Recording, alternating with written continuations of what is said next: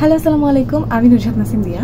আজকে আমি দুটো বই নিয়ে কথা বলবো। প্রথম বইটা হচ্ছে এইটা, ঈশ্বর তুমি কি শুনছো, আমি মার্গারেট বলছি। জুডি ব্লুমের লেখা সমস্ত গল্প এবং উপন্যাসের মধ্যে বিখ্যাত are you there God, it's me Margaret.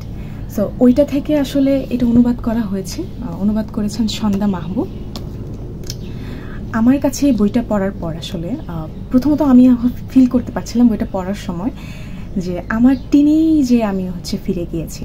So আমরা যে কিশোরীরা বিশেষ করে আছি, আমরা আমাদের সার্কেলের মধ্যে যে ধরনের কথাবার্তা হয় বা আমরা যে ধরনের কথাবার্তা বলতাম কিংবা যে ধরনের আচার আচরণগুলো করতাম, সেগুলো আমি এই মার্গারেট মরিসের মধ্যে দেখতে পাচ্ছিলাম। আমি যদি একটু পেছনের লেখাটা পড়ে শোনাই। মার্গারেট সিমন প্রায় 12 বছরের এক কিশোরী, বয়সটা একটু বিটকেলে, না বড় না ছোট, বয়সন্ধিকাল।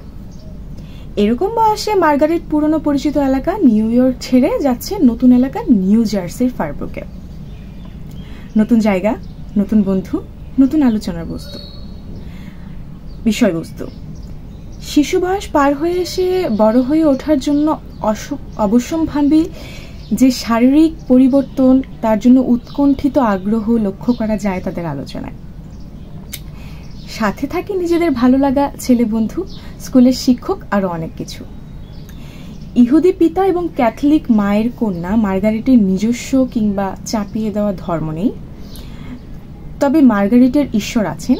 সে তার ঈশ্বরের সাথে কথা বলে সবকিছু নিয়ে, এমনকি তার ধর্ম নিয়েও। নিজস্ব ধর্ম না থাকার কারণে সামাজিক মূলস্রোতের বাইরে থাকা মার্গারেট ধর্মকে বোঝার চেষ্টা করে ঈশ্বরকে সাথে নিয়েই।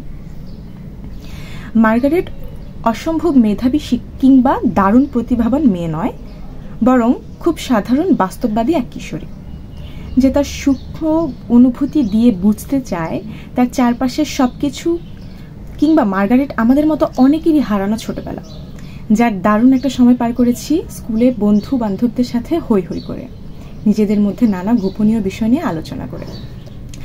জুডি ব্লুমের এই বই আমেরিকায় প্রকাশিত হয়েছিল 1970 সালে। বিষয় ভাবনায় বাংলাদেশের কিশোর কিশোরীদের জন্য এই বইটি এখনো খুব প্রাসঙ্গিক। আসলে মার্গারেটের, যেটা আমি স্পয়লার দিচ্ছি না, প্রথমেই যদি আমি বলি বইটা সম্পর্কে, যে ঈশ্বরকে যে সে চাচ্ছেন, সে না, তাকে বলা হয়েছিল ছোটবেলায় যে তুমি যখন বড় হবে তখন তুমি তোমার ধর্ম নিজে বাছাই করে নেবে। তার মা বাবা এটা বলে। তার বাবা ছিলেন ইহুদি এবং মা ছিলেন ক্যাথলিক বা খ্রিস্টান। তো মার্গারেট আস্তে আস্তে একটা রিসার্চের একটা ঘটনা ঘটে, যে সে রিসার্চের ফলে সে রিসার্চের দরুন সে সব জায়গাতে যায়। প্রথমে সে কোনো ধর্মের ওই যে বলে না চার্চ ওগুলাতে যেত না।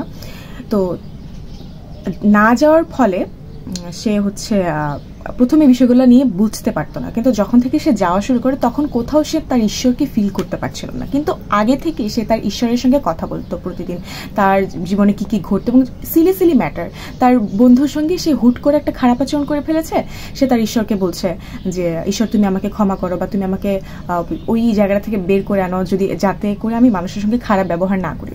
সো এই জিনিসগুলো আমি আমার সঙ্গে বেশ রিলেট করতে পারছিলাম, বা আমার মনে হয় যে প্রত্যেকটা মানুষ এই বইটা পড়ার সময়, বিশেষ করে মেয়েরা, নিজেদের সঙ্গে রিলেট করতে পারবে।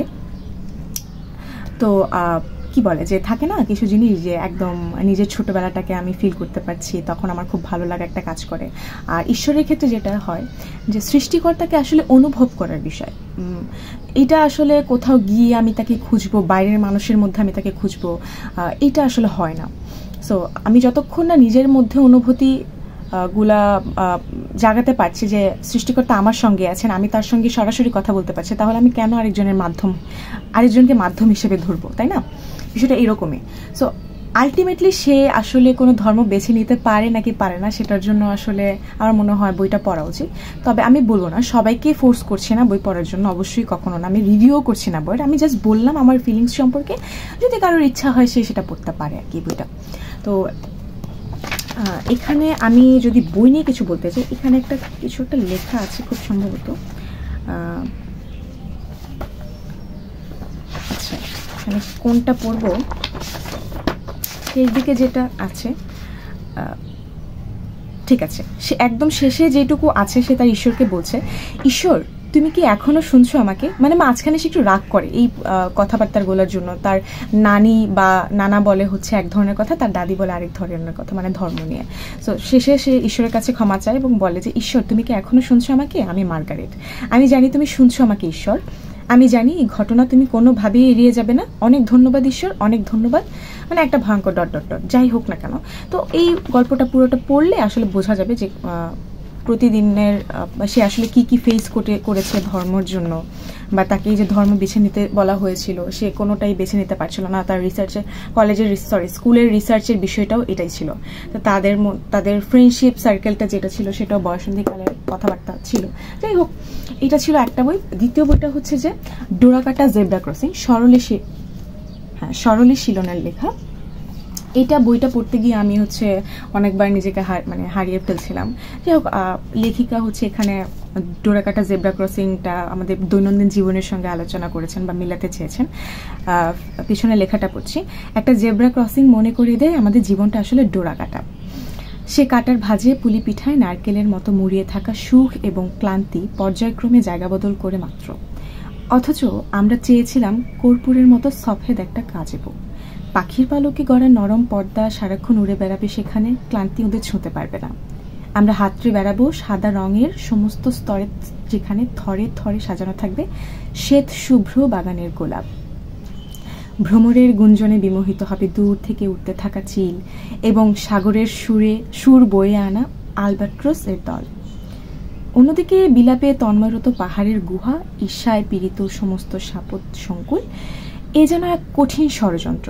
মানুষ হয়ে জন্মাবার সৌকর্য বয়ে বেড়াতে হবে মানুষেরই। অতঃপর নিখাদ স্বর্ণের মতো উজ্জ্বল আলোর স্পর্শ পেয়ে আদিম কোনো ঝর্ণার শব্দে ঘুম ভেঙে যাবে আমাদের। পার হব একটা জেব্রা ক্রসিং, কেটে যাবে তুলোর মতো একটা নরম জীবন, ব্যাস।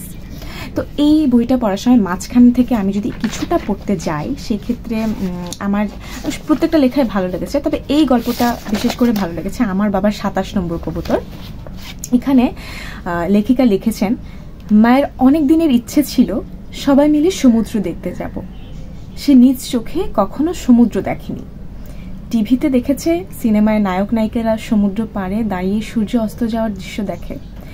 বাবাকে বললে বাবা কথাটা হাসিতে উড়িয়ে দিত আর বলতো, সমুদ্র আবার দেখার মতো কিছু নাকি, সবই পানি, বুঝলে।